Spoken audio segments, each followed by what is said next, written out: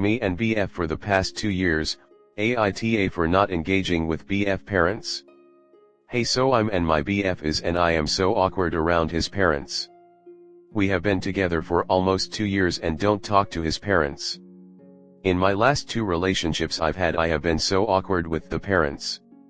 Growing up I rarely ever talked to adults, even my teachers I can rarely relate with them or anything compared to other students. Not even my aunts and uncles, it was more short-length conversation and that's it. I'll be honest, I have more of a childlike mind and even the things I talk about. I only feel comfortable with anyone close in age to me or younger when it comes to relating. A lot of mature people I feel like I can't relate to them because I'm not mature in that sense myself. Every time I meet my BF family I greet them and then go straight to my BF room. His parents complain that I'm lazy, do nothing, and never talk to them.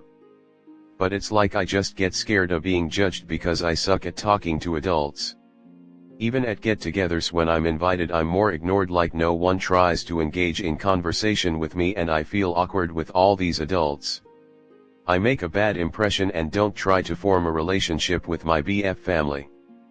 But it's like when I do talk I'm awkward. I guess my BF wants me to joke with his parents and such, but I'm not funny. Or the things I find funny they don't, cause they aren't childlike minded themselves. My parents always treated me like a child and always babied me in comparison to my BF family never babied him and would have mature conversations with him and included with the adults at such a young age, which made him mature quicker and know what to talk about with them. I feel like I'll never be able to have those types of conversations until I myself mature, have kids, or become an adult myself to relate. I'm able to talk to my friends' families better than my BFs, but I don't know if it's more of a cultural thing. Being that my friends' families are Mexican or raised more family-oriented and more inviting compared to my BF family being Cubans and more loners. Not sure how to have deep conversations with them either. I just feel stuck tbh cause I feel like me being the woman they expect more from me. My BF gets mad that I'm so quiet and awkward just cause he's not, and I just freeze and don't know what to say. Comment. You do yourself no favors by being so wary of those older than yourself. This guy's parents are one thing, but it's not like you can work and thrive and exist in the world never speaking to anyone over 22. You don't have to have deep conversations with his parents. You just have to be polite. So maybe work on rehearsing some basic niceties so these people don't think you're stuck up. If you ever want something serious with your boyfriend in the future, getting to know them and talking to his parents should be something you do occasionally. Don't have to get into deep conversations, but don't flat out ignore them. It would suck if my wife had absolutely zero relationship with my parents. I am closer to her parents, but when we go visit mine, my wife will always talk and listen to them. Next story 2. I broke up with my girlfriend after she had been ignoring me for a month. I recently ended a relationship with my girlfriend. She had been avoiding me and cutting off communication for a whole month. August 24th would have been our 3rd month of the relationship. I tried to trust her when it came to in-person dates, believing that unexpected events might occasionally come up. However, her vague reasons for not wanting me to visit her in person were frustrating. It was even more disheartening when she ignored my digital messages for days, despite being consistently online, mostly playing games on her Nintendo Switch or laptop. During this month, I directly asked her multiple times about what was happening.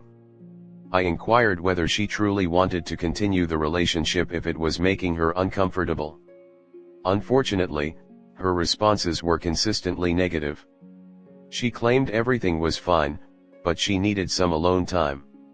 She also accused me of being clingy and dismissed my concerns. Throughout this time, she engaged in gaslighting, causing me to doubt the validity of my feelings. She was attempting to manipulate me into that she's fine and label mine perception of the situation is the problem. You know, it's that kind of clinginess when you haven't seen someone you love for weeks, and she refuses to even allow you to make a video call, or just visit her even though the distance between us is just a 30-minute bus ride. Whenever I addressed her sudden distancing, she brushed it off and insisted she was content spending the majority of her time alone. She even attempted to twist the situation, implying that I was the one with issues for desiring closeness in a relationship. Also, when I asked her about her need for free time, which she called recharging her batteries, I thought she might be depressed or struggling. However, when I finally saw her or had a chance to talk with her, she always appeared fine and clearly stated to me that she was. When I tried to address the fact that sudden alienation and social distancing aren't normal, I received responses several times stating that she's fine with spending 90% of her time alone or doing other things, and that she's okay ignoring anyone besides her own existence. As a bonus, there was gaslighting, suggesting that something was wrong with me. You know, because apparently, relationships are all about distancing and ignoring your partner, not the opposite. Sarcasm. Finally, I grew tired of all this nonsense, and I broke up with her yesterday. And what did I get as a response from her? Of course, confirmation that she truly intentionally avoided me and that she was tired of too much of me. She also added some sentences about how much she wants more freedom in relationships and not to depend on her partner.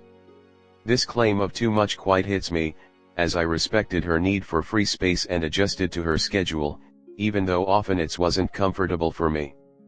Financially, I didn't burden her, and any gifts or outings were my way of showing affection, not expecting anything in return.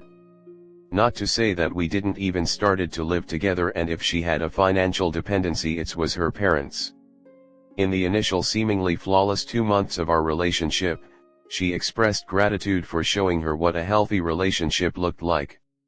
She had previously been in a row of abusive relationships with both M and F. She's bi. She straightforwardly told me many times how much she enjoyed positive experiences and social activities with me for a first time, as she had previously behaved mostly socially deprived and was constantly watching Netflix/playing games in her room alone. And in the end, I received an Uno reverse card, as suddenly, sitting alone in her parents' apartment and occasionally walking with random friends once every few weeks, became more precious and important to her. And what was my payback? A month, goddamn, a whole month of social isolation for me, shattered plans, and dashed hopes for any further interaction. All of this was combined with gaslighting and lies about how wrong and weird I am and how I do not trust her. At a certain point, I felt like I had dug myself into a deep hole of apathy and depression, and I just burned out. I had a lot of plans for us together. And she shared desire for them to come true with me, at least she's been saying so. But fortunately, her recent Instagram posts about how happy she was and how she suddenly had all this free time to hang out with friends reignited something in me. Combined with the 3 days straight of not a single response from her, it quickly brought me to the boiling point. This all culminated in me telling her that I was breaking up with her. Do I want her back? Absolutely not, nevermore. I'm relieved to be free from this mental turmoil. And I regret nothing besides not breaking up much earlier. I aimed for a healthy relationship from the start, not the mess it turned into. However, I still can't wrap my head around what happened. So here comes my questions and hypotheses. Was there cheating involved?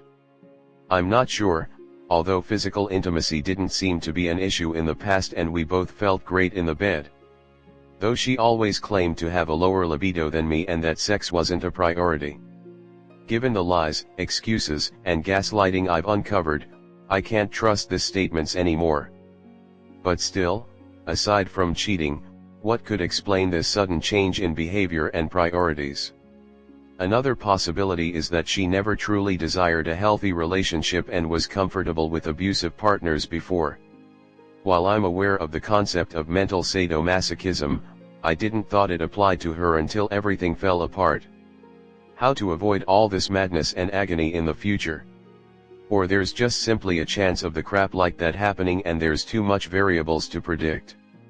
So the best way to deal with it is to quickly break up and move on? Comment. Didn't read all this, but if she ignored you for a month, I think you were already broken up with. She's just not as serious about the relationship as you are, and likely not at all. It doesn't matter why. I'd suggest not analyzing the hell out of it and just focus on other things: friends, work, hobbies, meeting other people. It can be that she is bored by your relationship. Not as insult at any of you, but it's more likely for a person who comes out of an abusive relationship to be so used to the tension going on, that the lack of tension seems boring or odd. Kinda like when you get so used to sweet stuff that finds it abnormal to drink less sweet stuff. So it doesn't really have to be cheating. Sadly, you can't always prevent that. It just happens sometimes. Just know it isn't your fault and that you aren't too much. You are never in the wrong to want to feel loved by your partner.